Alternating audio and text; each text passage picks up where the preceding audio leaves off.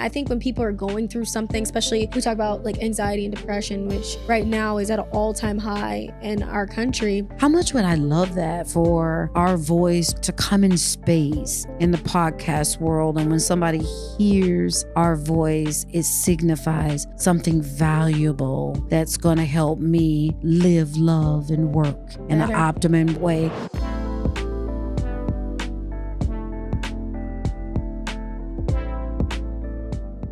Hey, Dr. Mo. Hey. How's it going? It's going good. Listen, we're here. We've come to the point that we're going to answer the why. Why do we even want to do this? Yeah. Why have a podcast?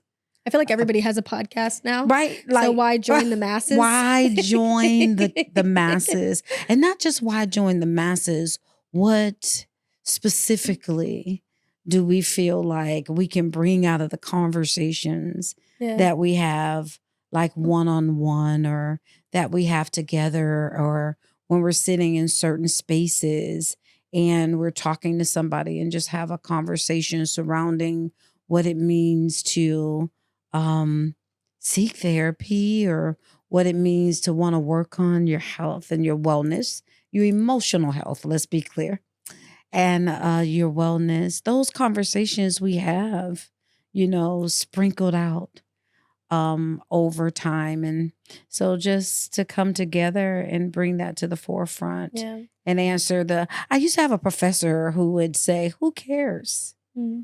And when she says it, it would kind of like take me about, what do you mean, who cares? What she meant, I came to learn, was who needs to know?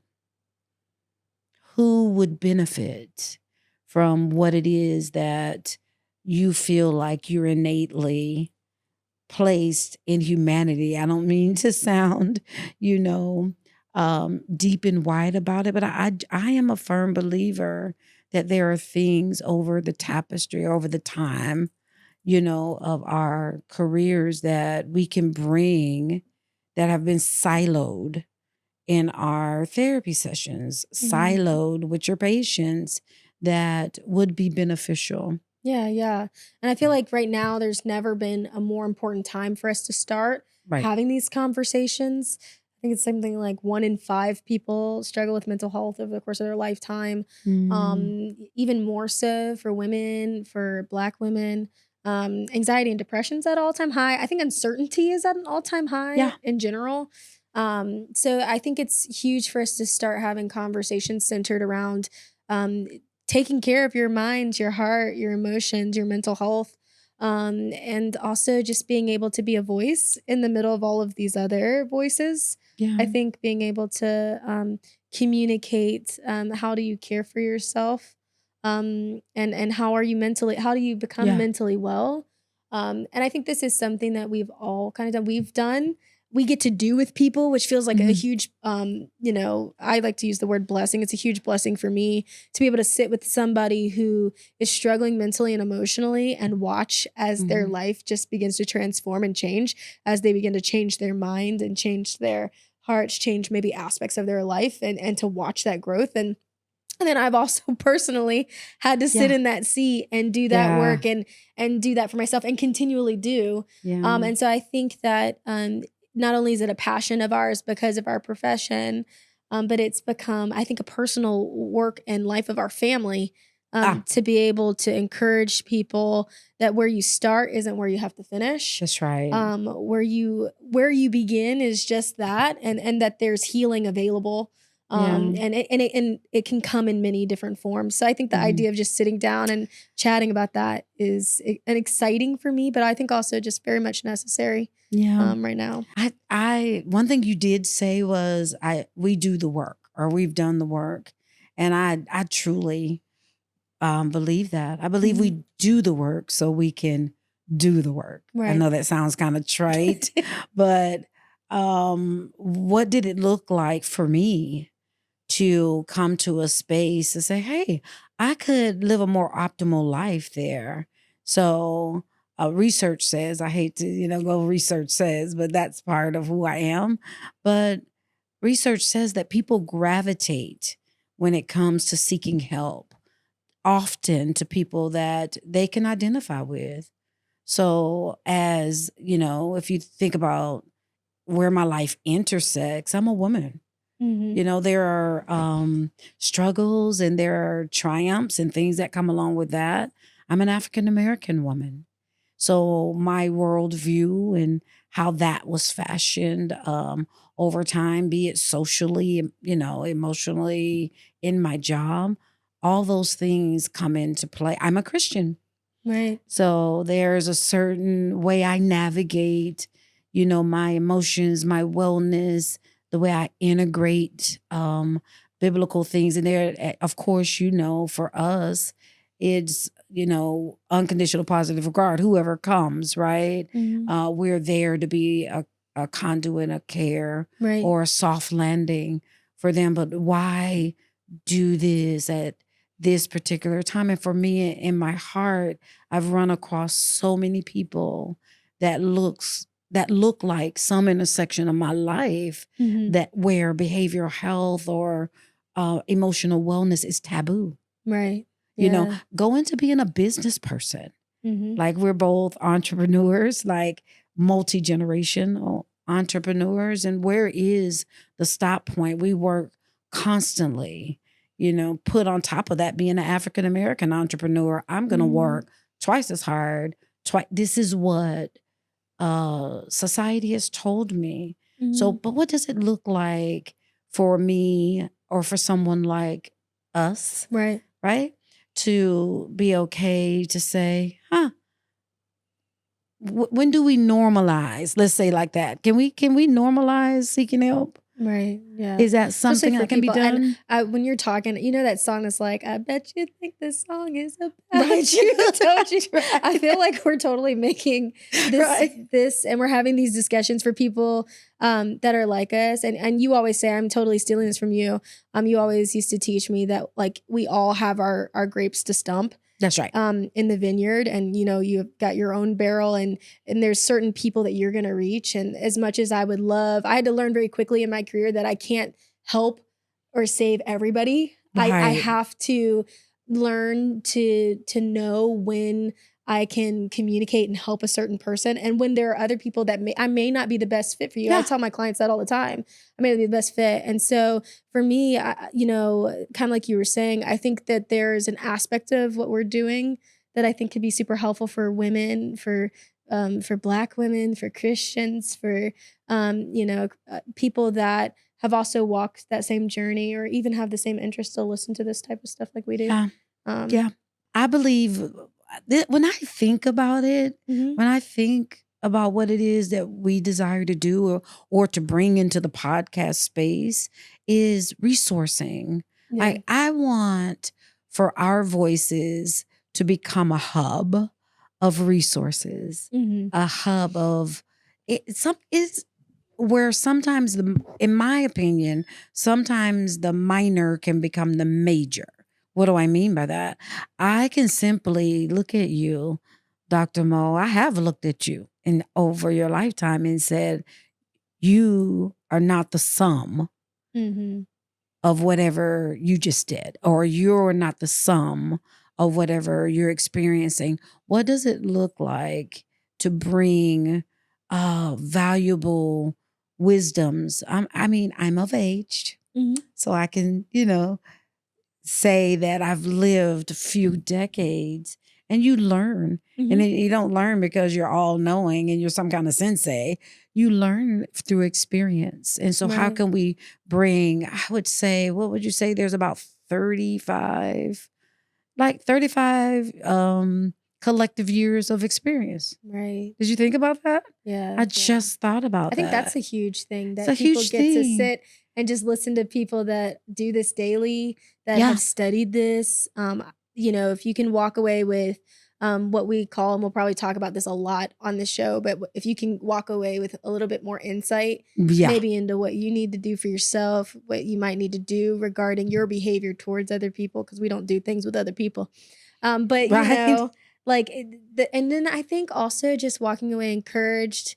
We want to encourage people. It's hard. Yeah. Struggling with your mental health is hard. Yeah. And I know that's oversimplifying it, but it is very difficult to walk through life struggles. So hope, encouragement. I We love want you to that. walk away feeling good. Bringing Even if we're hope. talking about something really difficult, you Yeah. can still feel Yeah. encouraged, and you can still feel Yeah. like you're able to traverse or to Yeah. go through the things that you need to go through. How much would I love that for our voice to come in space in the podcast world? And when somebody hears our voice, it signifies, oh, let me stop and listen to this. I'm going to gain something valuable that's going to help me live, love, and work in an Better. optimum way. And like you Mhm. said, bring hope. Mhm. Like, I find that hopefully you can get a better sense of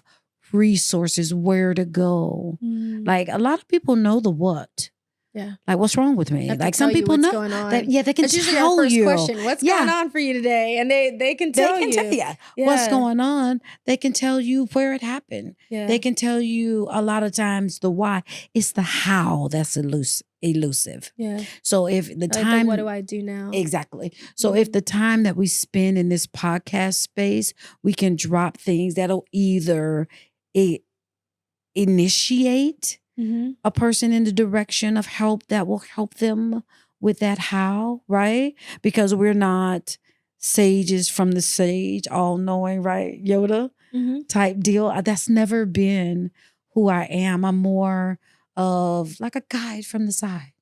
Let me journey with you. Mhm. Right? Years and years and years ago, why do this? I had a professor that used to say, his name was George Jefferson. I'll give him a shout out. But it was a professor that used to say, what is counseling? It is one person a little bit ahead in the area of wellness than the other. What does that say to me? We're all going to be working on something. If you truly ascribe to what mental and emotional wellness is, it's on a spectrum. So why talk about that spectrum so people can understand that you may be over here today, but that doesn't mean that constitutes your worth, Right. constitutes who you are. Your circumstances never, and we never say ever all the time, ever to generalize, right?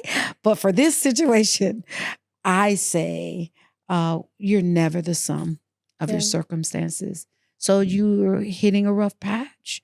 So and then why and when in society did we get to the space where we're like, you'll figure it out? And here's my thing generationally, since we have a generation between us, right? Since there's a multi-generational voice in the room, I've never been a proponent. Why do this? I've never been a proponent of seeing somebody going through something and say, oh, she'll learn. Right. And she'll get it, she'll let her. No, if I can come alongside and say anything, offer you any resource, do anything, like you said, to increase your insight and help you do this. So I anticipate while we're doing this, we'll be referencing books. I love a good book. So giving books, giving resources, having people come on. Oh yeah. That's the deal. Yeah. Like, what does it look like to have some people, like we're experts in the field that we're in. And of course, you're going to have people that drop somewhere in the comments or in the email to say, ooh, what makes you an expert? Well, first of all, the School of Hard Knocks would do that. And then you couple that with the 35 plus years of expertise that we have. And I know that probably makes you feel older, but you've actually been in this field like going on 12 years, right? Yeah, yeah. I mean, I think that to me is just crazy. Right. To even think about or say. But yeah, I mean, I love resourcing, and I love the idea of, I'm super excited about being able to have some guests up here. I have some, like, we're talking about our expertise, but there's some people out there and people we're thinking about to bring on that are just so talented and so well versed in what they do. Whether that's, talking about, I think we've been talking about somebody with substance use and all this other stuff. So it's going to be good stuff. To do that and think about what it looks like to spend this time, that we talk, and whatever we say, helping somebody to live, love, and work well. That's the big deal. Yeah. Hope for optimal living. Okay, now. All right now, girl. Dr. Mo, I'm so excited to be doing this with you. Right. And you get excited. Yeah. I can remember when the idea, we didn't know. Remember we said before, sometimes people don't know the how. Yeah. We didn't know the how, but there was something between us that said, we need to find a medium to reach more people and talk about normalizing mental health and normalizing mental wellness and coaching or whatever, is optimal for that person. But then you think about it, and I think the fear for me has always been and like living that authentic space, right? Yeah. Because I want to start off like we can hold up. So I don't want to start, I'll refer a lot about being a sage from the stage. We do this work and it's passionate because we've had to do it. We have a passion for it. Yeah. But what's the fear? Like the fear is when you are, let's just be real. Like in order to do a lot of the things that we've done career-wise, educationally, it takes a certain A-type personality, and that perfectionism will creep in. Yeah. Yeah. So am I, it's that age-old question of, have I arrived? I don't even know what the place is I'm trying to arrive to, right? But have I arrived in the space in life where I am ready? Well, am I ready? Yeah. It's the questions that we all have. And then I'm a woman, so you sit in that space of you're knowing that there are going to be people that are going to be so, like you said, blessed by what it is that we do and say. But then you posture yourself for everybody gonna have to have a little heckler. I feel like them little Muppets. Yeah, I was about to say, listen, the internet streets are crazy, and I feel like for me, that's a large concern for me. Is I feel like when you put yourself out there, even if you mean well, sometimes in these days and times, it's not all well perceived. And that's a whole conversation about how that impacts your mental health anyway. But that idea of putting yourself out there, I think this isn't a place of comfort for us. We didn't like wake up one day and say, let's just do this. Right. Like in full disclosure, I feel like many, many years ago, I'd come to you and we were actually doing a small group. And it was with our local church. And you were doing something and you were teaching. It was right after you were going through cancer and you're getting your treatment. Yeah. But we still decided to host this group because that's what you do, right? And so, you were sitting up and you were talking, and it was during COVID and we had this TV up. And we had all the Zoom and you could see all the faces, and we had like propped up our living room. And it was such a life-giving group, and it was specifically a women's group. And for the life of me, I can't even remember what we were studying. What were we studying for that one? We were studying dumping. Emotional dumping. That was good. Well, and we did it from a book called The Dumping Ground. The Dumping Ground. So so we were doing this group, and I just remember looking at you and being like, and the thought just really came to me of like, I think you could do that. Like, I really think you should do this. You should be on TV. You should be talking. Yeah. And that was the first time that we ever had stopped and considered that. And at the time, we didn't even really know if you would still be able to do that in the future.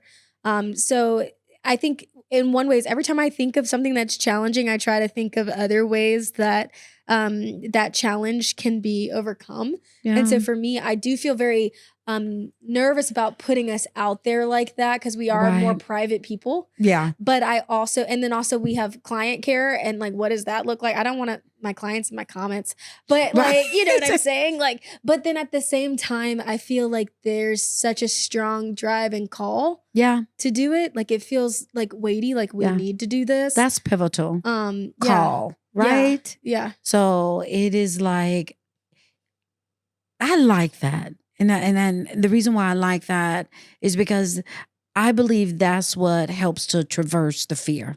Right. Right? Yeah. Because if you look at it, or if we look at it as though this is a part, like earlier or once before you said stumping the grapes. I used to say to you guys, find your grapes in the vineyard and stump the grapes. And I think the clarion call from the innate purpose break that down for me a little simpler. All right, girl, I got you. The innate call from the purpose, you know, that it comes from is greater than the fear of judgment. Or the fear of who do you think you are? You know, I have to think, who does she think she is? I think I am trying to thrive. I think I try. And then it is not so much about the doing, but the being aspect of it.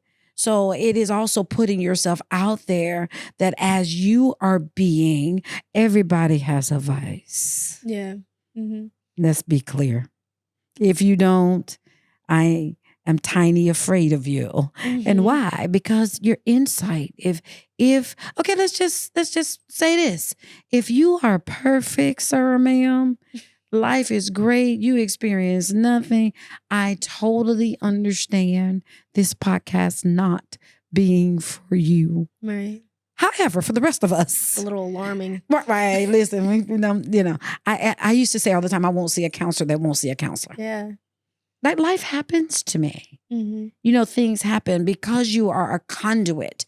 And you have to kind of think of it like that to get over the fear of putting yourself out there. I don't have to be perfect. It is the perfectionism of it all. What I'm not gonna do is to start something. My grandmother used to say, start off like you can hold out. So what I'm not gonna do is come into space as though I have arrived. I did arrive to this mic. I finally arrived a little bit on time this time. But my work-life balance still needs work. That's going to be a thing for me too. I think just being able to consistently like be on time. Right. But you know what? I feel like if you don't show up, you can't even do it. You can't even do it. I love that. So what gets us over the fear, or gets me over the fear?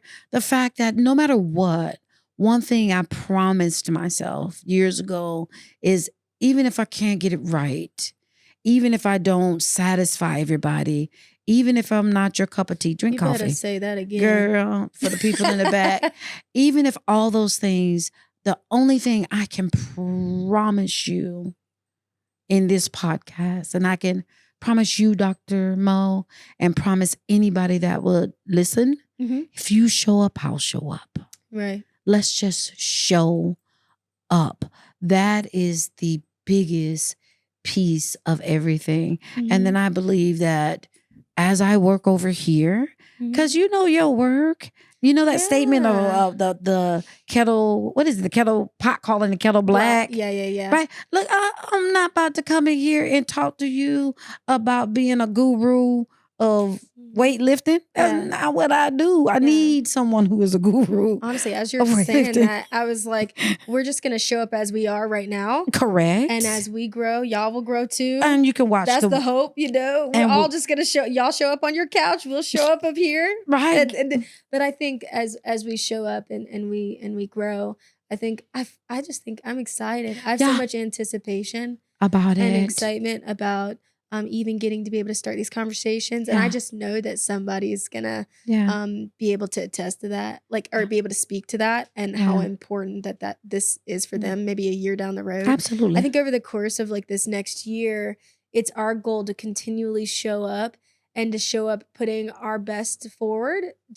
And a lot of things we might want to talk about are real-time things that are happening. Yeah. And then sometimes it might be things that we've been thinking about for a while. Yeah. But I think our goal over the next year is just to keep showing up, keep putting it out there, and hopefully reaching. And we're going to talk about that. And as we reach people, they reach other people.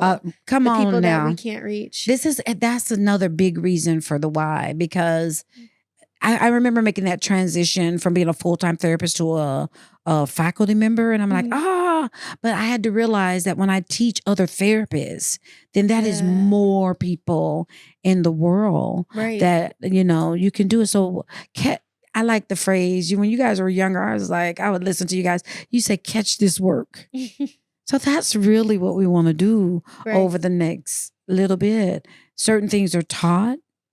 other things are caught. You can pick up things just by watching me. So hopefully not only will we say things, do what we do, but hopefully the essence and the being of who we are.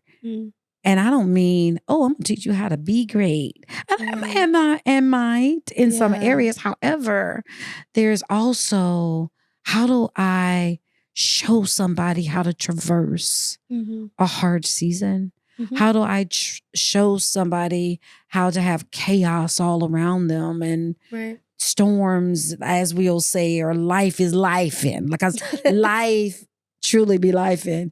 And, just know that you'll be able to come into a space and just show up and get support.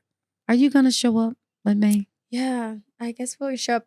Listen, are you going to get over your show fear? Up with us, yeah, I'm going to traverse my fears. Okay. But if y'all want to show up with us, we want to invite y'all just to sit with us. We're launching this show. We're going to need all of the shares, the likes, the follows on all the places that you can listen to a podcast.